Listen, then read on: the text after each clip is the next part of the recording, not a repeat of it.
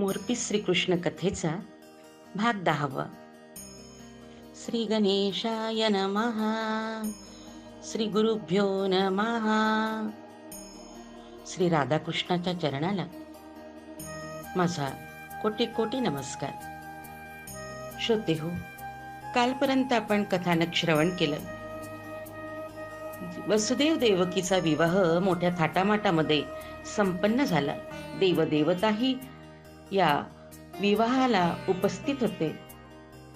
सर्व काही मंगलमय झालं असताना वसुदेव देवकीचा रथ तो आपल्या वाड्याकडे जात असताना आकाशवाणी झाली आणि त्या आकाशवाणीने या दोघांच्या जीवनामध्ये सर्व काही परिवर्तन झालं. कंस जो आहे देवकीवरती भरभरून प्रेम करणारा, त्याच्या प्रेमाचं रूपांतर रागामध्ये झालं, क्रोधामध्ये झालं. देवकीला तो मारू लागला, तिचे केस पकडून तिला त्रास देऊ लागला. एवढंच नाही तर त्यांनी देवकीच्या वरती तलवार सुद्धा उगारायला मागे पुढे पाहिलं नाही. वसुदेवाने त्या कंसाला सांगितलं, अरे भविष्यवाणीवरती विश्वास ठेवतो, माणसाने आपल्या कर्तृत्वावरती विश्वास ठेवावा.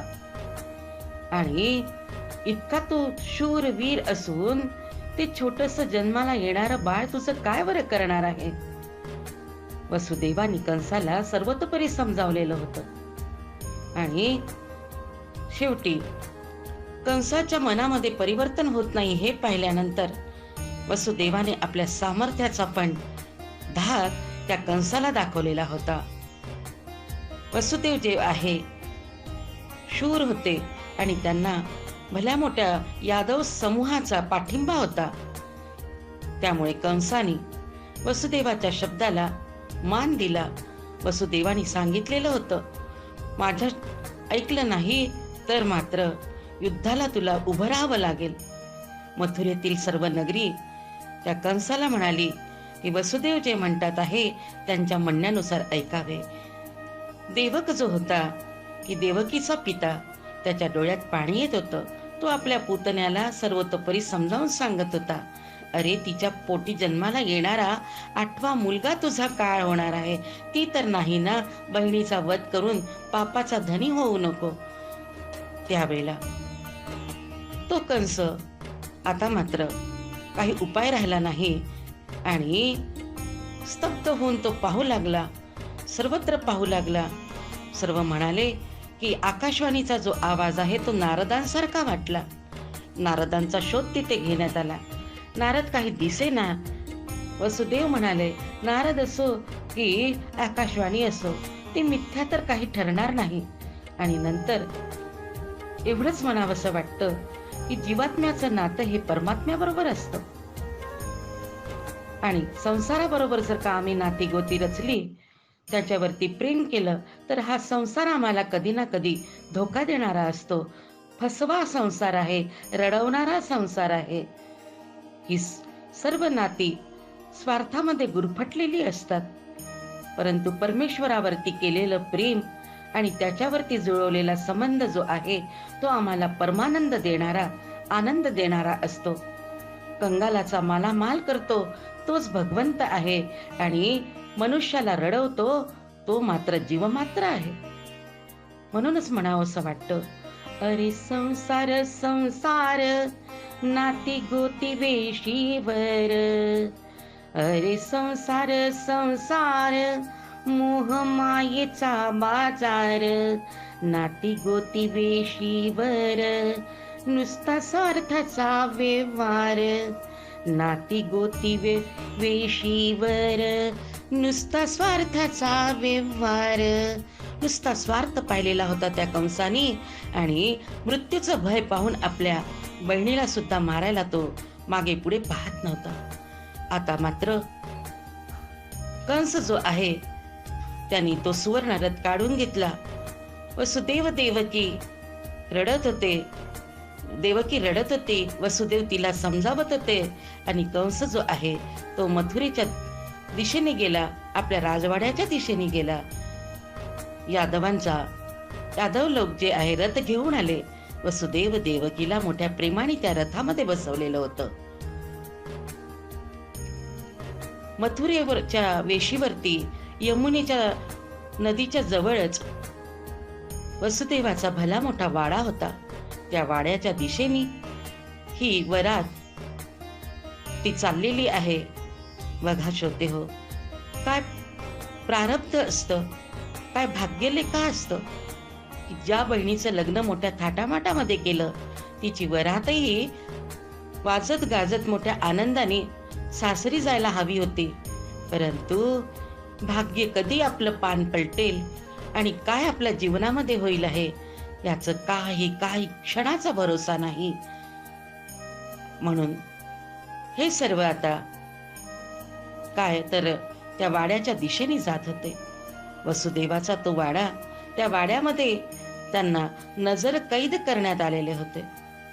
अष्टोप्रहार त्यांच्यावरती अगदी देखरेख करण्यात आलेली होती आणि त्या वाड्यामध्ये त्यांना बंदीच करण्यात आलेले होते.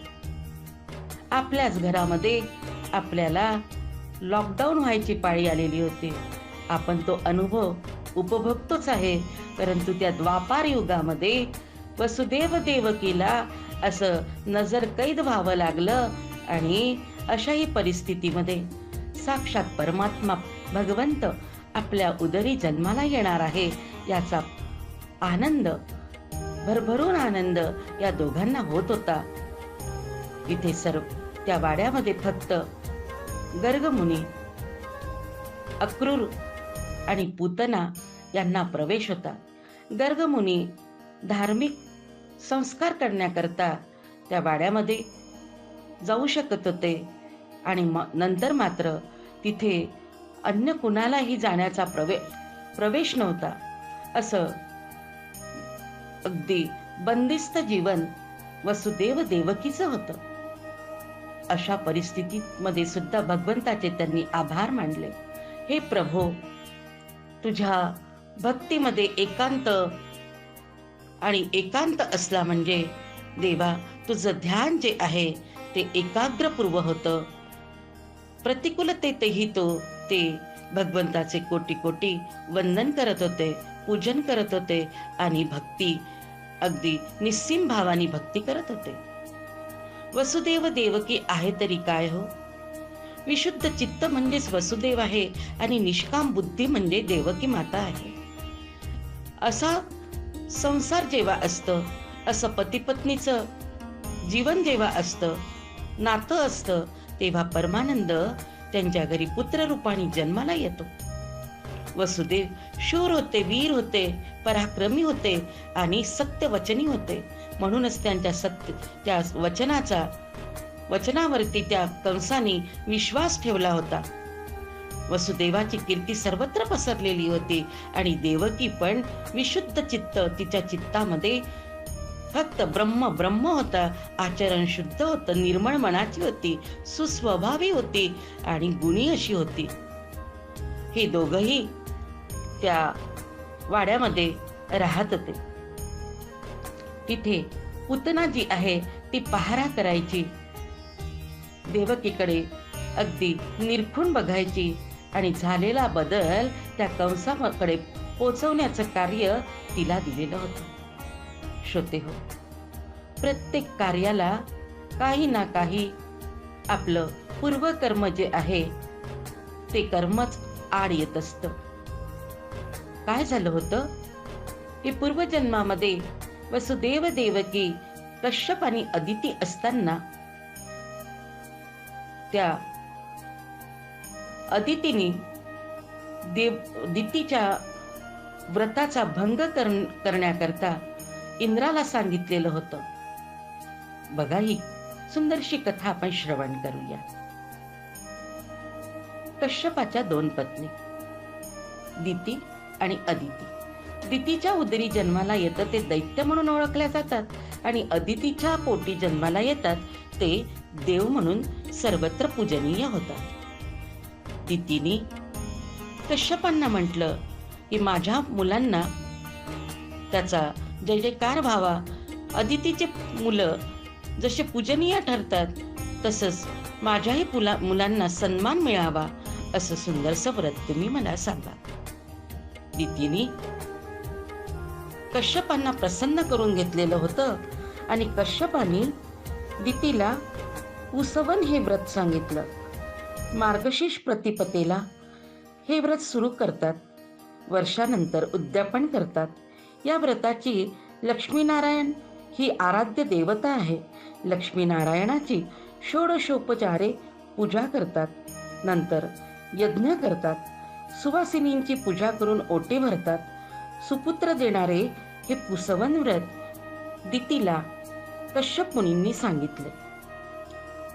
दितीनं वर्षभर या व्रताचं पालन करावं असं कश्यपाने दितीला सांगितलं.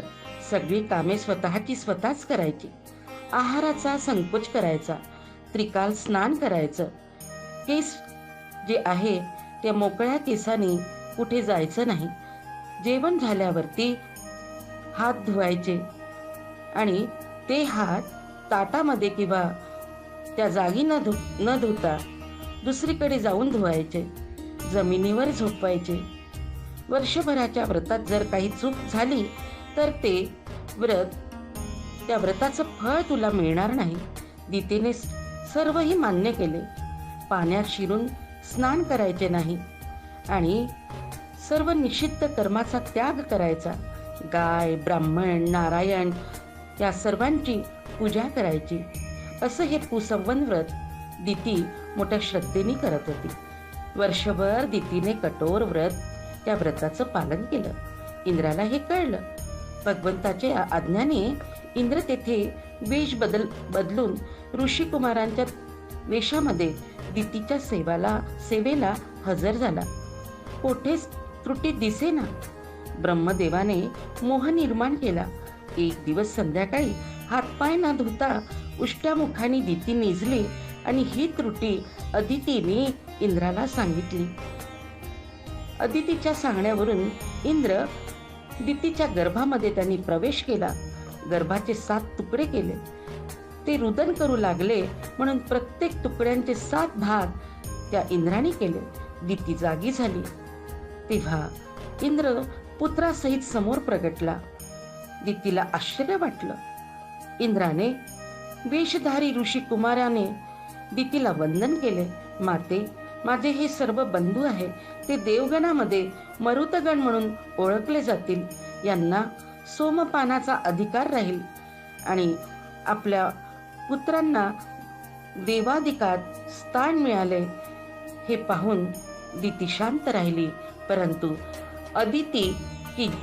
ज्या अदितीने माझ्या दुःखामध्ये भर पाडलेली आहे तिला मात्र मी धडा शिकवल्याशिवाय राहणार नाही असं दितीने पणच ठेवलेला होता आणि म्हणून दितीने शाप दिलेला होता. या शापामुळे वसुदेव देवकी यांना आपल्याच घरामध्ये बंदिस्त राहावं लागत होतं आणि त्यांच्या पुत्राचीही पण असं तुकडे होतील अशा शापामुळेच हे सर्व काही संचित त्यांना भोगावं लागत होतं.